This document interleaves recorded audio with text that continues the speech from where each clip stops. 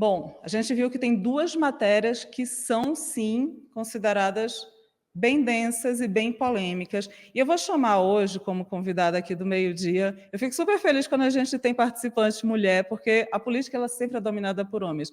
Hoje a gente tem a deputada Anne Ortiz. Tudo bem, deputada? Cadê a senhora? Como vai? Tudo bem? Prazer imenso estar aqui com vocês. Nosso prazer é nosso. Obrigada por aceitar o convite, antes de tudo.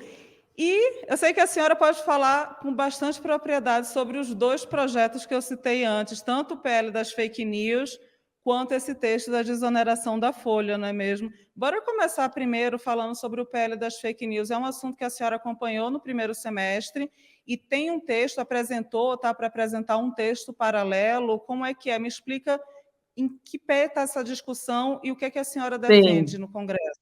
sim. É bem importante a gente falar sobre isso para que não haja também confusão sobre os temas, né? O PL da fake news, que tem o relator como o deputado Orlando, foi votada a urgência, depois nós votaríamos o PL em plenário e ele acabou retirando o PL de votação, que é o 2630. Esse é o PL que trata das fake news. Eu tenho um PL para relatar, que eu sou relatora na Comissão de Desenvolvimento Econômico, que trata sobre um outro assunto e que muitas vezes acaba sendo confundido um pouco com o PL das fake news. Até por conta disso, eu ainda não entreguei o relatório e a gente tem uma sequência de audiências públicas marcadas agora para as próximas semanas, todas as quintas-feiras, nós vamos estar realizando audiências públicas que foram aprovadas na Comissão de Desenvolvimento Econômico para discutir justamente isso, chamando integrantes do setor, de toda a Anatel vai estar presente, empresas, a sociedade civil organizada, que é um PL, o número do PL é 2768. Ele dispõe sobre a organização, funcionamento e operação das plataformas digitais que oferecem serviço ao público brasileiro e da outras providências. Então, ele trata de serviço e não de conteúdo, como trata o PL das fake news. Então, isso é extremamente importante a gente colocar, porque, às vezes, pode acontecer alguma confusão e este PL, o 2768, acaba sendo contaminado por conta de toda a discussão que envolveu o PL das fake news, mas eles são projetos completamente diferentes, têm objetivos diferentes, aqui nós estamos tratando de serviços, por isso que nós propusemos essas audiências públicas, porque ele busca regulamentar, né, um projeto do João Maia, busca regulamentar essa oferta de serviços dentro das plataformas, né? Então, a gente quer fazer uma discussão bem ampla, chamar a sociedade civil antes de poder apresentar o relatório. Perfeito. E me diga uma coisa, então, no caso, a senhora está como relatora desse texto, não é isso? Vai trazer para audiência pública, ou seja, o texto vai ser debatido com pessoas de fora do Congresso. Quais são os principais pontos desse texto que a senhora relata, no caso, que considera necessários? O que a gente quer discutir é qual o alvo regulatório, as empresas envolvidas que são desse ambiente, elas gostariam de ter também a calibragem dessa regulamentação, quem que vai fazer a regulamentação, qual vai ser o órgão fiscalizador do governo, se coloca bastante uma questão, uma discussão sobre o papel da Anatel, se seria realmente a Anatel, a questão da Lei Geral de Proteção de Dados também é outro ponto que precisa ser discutido em relação ao impacto e o que a lei já prevê para que a gente não tenha dupla legislação, né, que não haja uma redundância legislatória em relação a determinado tema. Então, é justamente isso que a gente quer debater questões mais específicas qual o objetivo real desse projeto, a definição dele, qual política pública que vai ser adotada, quais serão os alvos regulatórios, né, as empresas, o que elas têm que apresentar, que hoje não apresentam, qual a forma que tem essa definição. A gente também quer ouvir a própria Anatel a respeito do que eles entendem e pensam a respeito disso, para tratar sobre esse ambiente, né, esse ecossistema todo que a gente tem, que é muito dinâmico, né? Hoje a gente está enxergando sobre um retrato um retrato de hoje, atual, mas como é que ficaria isso daqui a uns anos? A gente sabe que as relações mudaram muito, né? A tecnologia ela veio para mudar também a forma de consumo, a oferta de produtos e serviços, isso é muito dinâmico, então acho que a gente precisa discutir o presente com olhos no futuro, por isso que é importante todos esses atores, professores também, especialistas no tema, que podem nos trazer muita informação e podem colaborar muito com a discussão desse projeto dentro da comissão e nos ajudando também a construir esse relatório.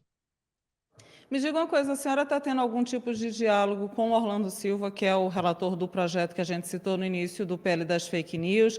Como é que está? Porque, de alguma forma, são textos diferentes, mas são textos que, pelo que a senhora está falando, eles se complementam em alguns pontos, não é? De alguma forma, eles têm diálogo, porque eles tratam de assuntos muito semelhantes. Não, eu não falei nenhuma vez com o deputado Orlando, não tive nenhum contato com ele, e, na minha opinião, eles são textos diferentes, assim, no texto do deputado Orlando, a gente está falando de conteúdo, né, a gente fala de conteúdo, aqui se fala de serviços, são coisas diferentes, dentro do mesmo campo, né, que a gente está falando aqui de internet, porém, são questões que não podem ser confundidas. Inclusive, a gente decidiu fazer essas audiências públicas e poder divulgar muito o trabalho que está sendo feito, toda a discussão e os objetivos reais do PL, para que não haja uma confusão e uma contaminação das discussões, né? Então, assim, que esse projeto 2768, ele não quer regulamentar o que é dito na internet, entendeu? Então, ele é diferente do PL das fake news. A gente está tratando aqui de como que os produtos são oferecidos, como que os serviços são oferecidos. Por isso, justamente, que a gente tem a Anatel participando, né, dessa discussão e vai participar das audiências públicas. Eu lembro que na discussão do PL das fakes foi falado muito sobre a questão do órgão regulador, e tinha gente defendendo vários formatos, e um deles dizia que não, a gente tem que puxar a Anatel para fazer essa regulamentação, seria uma função deles. Tem até uma pessoa aqui que está perguntando no chat, eu perdi o nome dele, mas assim, ele estava perguntando, órgão regulador, o seu texto de alguma forma trata disso? Se não, eu queria saber a opinião da senhora sobre essa discussão, a criação de um órgão regulador para conteúdos. Sim, o texto não é meu, o texto é do deputado João Maia, foi ele que apresentou, sou relatora na comissão, ele trata sobre a regulamentação, assim como é regulamentado hoje o serviço de telefonia, dentro desse aspecto de serviço ao consumidor. Então, assim, tanto é que a gente acaba, quando entra mais a fundo da discussão do PL 2768, a gente pode falar um pouco sobre a questão concorrencial, sobre direito do consumidor, sobre outras pautas que não a pauta de opinião. Por exemplo, eu sou contrária ao PL das fake news, justamente por isso, porque terá como se fosse um Ministério da Verdade que vai regulamentar o que as pessoas dizem, vai dizer o que é verdade, o que não é verdade, do que as pessoas dizem nas redes sociais, né, nesse ambiente que a gente está hoje de internet. Esse PL trata de outro assunto completamente diferente. Então, assim, eu não lembro até sobre a Anatel ter um papel dentro da regulamentação do PL das fake news, que o PL das fake news tratava de conteúdo, teria lá um órgão do governo que diria, né, o que é verdade e o que não é verdade, e poderia retirar esse conteúdo do ar, poderia, inclusive, teria poder, né, de punir, de aplicar sanções às plataformas, responsabilizando-as em conjunto com aquele usuário que colocaria lá, publicaria determinada opinião que seria considerado uma fake news. Então, eu sou contrária ao PL 2630, inclusive me manifestei a minha opinião diversas vezes na tribuna da Câmara, através das minhas redes sociais, e eu acho que é super importante esse espaço aqui, justamente para a gente esclarecer essa questão e falar que esses projetos são completamente diferentes, para que não se tenha um entendimento de que esse outro projeto, o 2768, que é esse projeto que está sob minha relatoria, ele tenha vindo para tentar cumprir o papel que o PL das fake news não conseguiu, até porque acabou não sendo votado, né? Foi retirado de pauta pelo próprio relator. Só para concluir, eu queria só lhe fazer mais uma pergunta em relação ao texto que a senhora está relatando. Para o consumidor, deve alterar alguma coisa? Alterar, por exemplo, sinal de serviço, alterar valor de serviço, ou não? Qual o impacto que esse texto pode ter para o consumidor? Olha, essa é uma preocupação importante nossa também, porque dependendo da calibragem das obrigações, essas obrigações acabam sendo repassadas ao consumidor. Então, uma das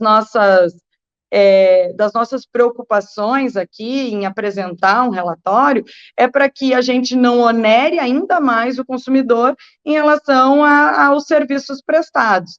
Então, a gente já fez algumas discussões, inclusive eu já participei de alguns fóruns para fazer preliminarmente um debate sobre o projeto, e uma das questões que eu apresentei sempre foi essa, né? Assim, eu sempre defendi um Estado mais enxuto, um Estado eficiente, que não pese tanto, né, em cima do contribuinte. E a gente sabe que quanto mais burocracia se cria, mais dificuldade se cria para as empresas, e isso acaba sendo repassado aos consumidores. Então, essa é uma preocupação da minha relatoria, que não de não deixar se criar, né, mais burocracia, mais dificuldades ou mais carga em cima dessas empresas, que obviamente repassarão esses custos ao consumidor. Então, é muito apropriada, né, essa tua pergunta, porque justamente esse é um ponto fundamental que a gente quer descartar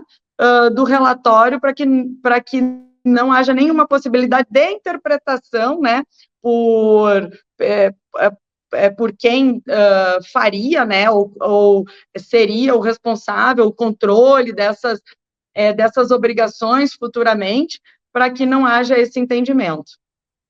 Perfeito. E aí, só reforçando, então, quinta-feira, é isso, que começam os debates? Quinta-feira, essa quinta-feira é o primeiro, e depois as próximas, nós teremos 4 quinta-feiras consecutivas, pela manhã, aqui na Câmara, na sala das comissões, as audiências públicas, né, que serão abertas, obviamente, né, para que todos possam assistir desse debate em relação à discussão deste PL, para que depois a gente possa elaborar um relatório que tenha, que seja um relatório equilibrado e que tenha, que entregue, né, realmente, assim, o que a população hoje tem de expectativa, né, e que não se crie mais nenhum tipo de burocracia ou de dificuldade, até mesmo de acesso, né, de acesso a esses serviços e produtos. E aí, em relação ao PL das fake news, a senhora deixou claro aqui, é contra, ele chegando para o plenário, deve votar contra. Tem alguma novidade sobre as movimentações? Já chegou alguma informação aí dessa reunião? Ainda não chegou nenhuma informação. A última informação que a gente tinha é que o presidente Lira não pautaria esse projeto novamente, né? Então, eu espero que realmente não seja pautado, né? Porque o PL das fake news, ele tem muita coisa lá que não é fake news, acaba misturando alguns outros assuntos, né? Inclusive, coloca até a questão de direito autoral dentro do PL e outras obrigações que, inclusive, poderiam inviabilizar até algumas plataformas de atuarem aqui no nosso país. Além do que, a gente sabe, né, que já estava previsto ali uma censura prévia sobre os conteúdos divulgados, né, e discutidos aqui como opinião. E acho que a gente não pode jamais aceitar que se tenha qualquer tipo de censura prévia. Perfeito. Agora, deputada, a senhora também é relatora de um texto que ele é um texto bem importante, que é o da desoneração da folha. Explica para a gente como é que está essa discussão e o que exatamente, de que forma exatamente que esse texto ele pode impactar os setores de serviço e outros que devem ter essa desoneração da folha se for aprovado.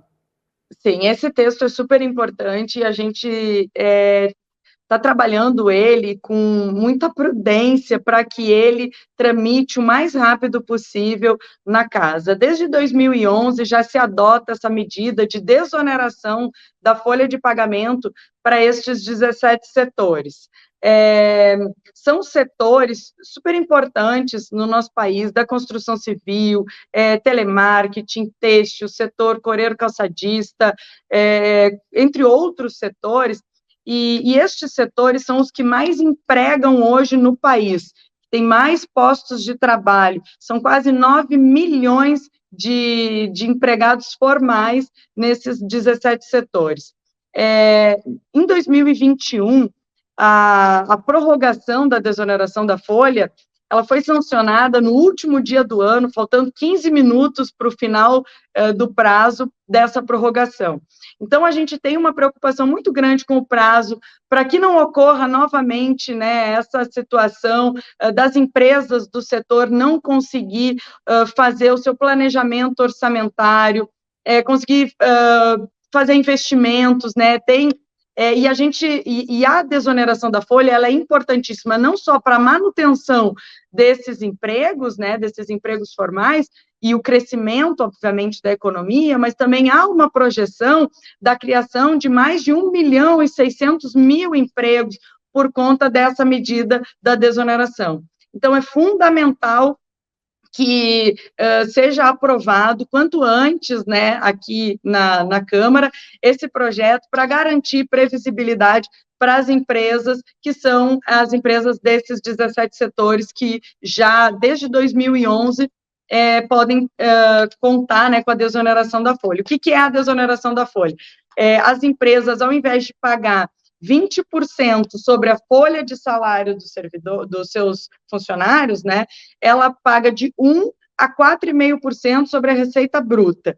Então, com isso, né, diminui, obviamente, os seus custos, né, e elas podem empregar mais. Então, a gente sabe que o impacto da não prorrogação dessa medida, ele é extremamente negativo, aumentaria consideravelmente os gastos, e isso poderia implicar em milhões de postos de trabalho a menos.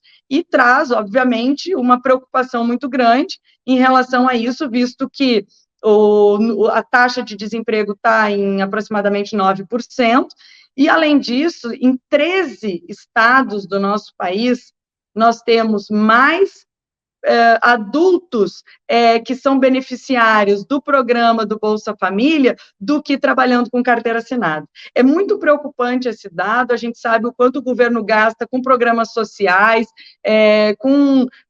se essa medida não for prorrogada, com seguro-desemprego, aumenta muito o custo, além do impacto social, né, e econômico que a gente teria com milhões e milhões de novos desempregados no nosso país. Então, é extremamente importante que essa medida ela seja prorrogada, que a desoneração possa ser aprovada, o texto conforme vai ser apresentado o relatório, que é até 31 de dezembro de 2027, garantindo estabilidade, segurança, e as empresas dos setores podendo organizar os seus planejamentos orçamentários e, obviamente, contribuindo para o crescimento da economia do país, impulsionando, né, o crescimento da economia do país e mantendo, né, com a manutenção e criação de novos postos de trabalho. Eu imagino que a senhora esteja, então, em articulação tanto com Lira quanto as lideranças. Como é que está o sentimento da casa em relação a esse texto? Acha que consegue uma aprovação da matéria? tem enfrentado resistência na Câmara? Como é que está isso? Eu entendo, assim, o sentimento que se tem, a percepção é que não tem um enfrentamento muito grande dentro da casa. A gente vê uma resistência por parte do governo, que talvez entenda que não teria que fazer essa prorrogação. Eu já ouvi falar algumas manifestações de pessoas do governo falando em discutir a desoneração da folha ou num projeto que venha do governo, ou talvez na segunda etapa da reforma tributária, o que nos causa muita preocupação, porque nós temos o prazo exíguo, né, quando a gente fala de tempo aqui dentro do Congresso, a gente sabe que esse tempo é curto, até o final do ano, para fazer uma discussão como essa e aprovar um projeto que garanta a desoneração. Então, e nós também entendemos que não há nenhum problema de trazer novamente essa discussão da desoneração da folha, até talvez incluindo demais setores, né, hoje setores que não estão incluídos nesse projeto da desoneração, trazendo eles numa discussão paralela dentro da segunda etapa da reforma tributária. Acho que é isso até importante, e importante para o desenvolvimento do nosso país, para a política de geração de emprego e renda, porém, não inviabiliza, eu entendo que essa discussão não inviabiliza a tramitação e a aprovação desse projeto que já está valendo atualmente. Então, o governo, ele inicia, né, este atual governo já com a desoneração já valendo, né, já estando a medida já sendo válida.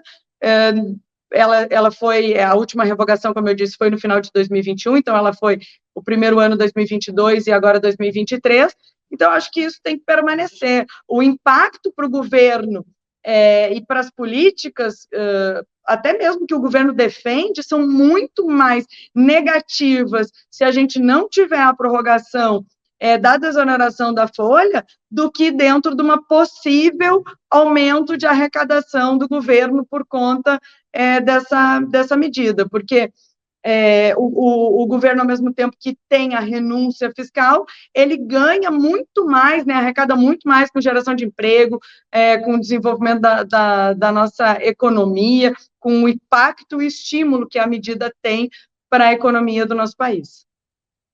Perfeito. Eu até tinha separado aqui, me corrija se eu errar ou se por acaso eu esquecer algum. Os setores, quais são, porque tinha muita gente perguntando no chat. Têxtil, calçados, construção civil, call center, comunicação, empresas de construção civil, fabricação de veículos, tecnologia e transportes. Eu tinha até separado aqui, além dos municípios. Máquinas e equipamentos, fabricação de veículos e carroceria, máquinas e equipamentos, proteína animal, confecção, vestuário, têxtil, né? São muitos setores, né? Então, projetos de circuitos integrados, transporte metroviário, acho que esse tu falou, né? Transporte metroviário de passageiro, transporte rodoviário coletivo e transporte rodoviário de cargas. Ou seja, são setores que empregam bastante gente, são Bastante. setores que são muito dinâmicos e movimentam muito a economia, ou seja, mais um motivo para correr com essa articulação. Exatamente. Então, assim, a gente tem duas possibilidades. A tramitação, ele é terminativo nas comissões, então, eu sou relatora agora na Comissão de Desenvolvimento Econômico, nós acreditamos que o parecer pode ser lido e votado, se não nessa semana, no mais tardar na semana que vem, na quarta-feira da semana que vem, aí depois ele passa para a CFT, depois para a CCJ, e depois vai para a sanção. Ou então, o que nós estamos tentando articular dentro da casa é para dar um pouco mais de celeridade, poder aprovar a urgência do projeto para que ele possa ser apreciado e votado em plenário. Maravilha, deputada. Deputada, eu queria lhe agradecer muito a participação e todos os esclarecimentos, tanto sobre o primeiro projeto quanto sobre esse segundo, que são dois temas que interessam muito a gente e deixo as portas abertas para sempre que quiser voltar. E quando tiver novidades também, é só avisar, tá bom? Obrigada. Tá bem, muito obrigada, também estou à disposição. Qualquer novidade que a gente tem, o dia de hoje vai ser de grandes negociações aqui, e nós esperamos que a gente possa votar o quanto antes esse projeto, é super importante para que haja esse planejamento orçamentário das empresas, e a gente sabe que o impacto é muito grande se não houver essa prorrogação, né, dessa medida de desoneração da folha, um impacto negativo na manutenção e na geração de empregos no nosso país. Então, a gente precisa trabalhar fortemente em relação a isso. Muito obrigada e bom dia a todos.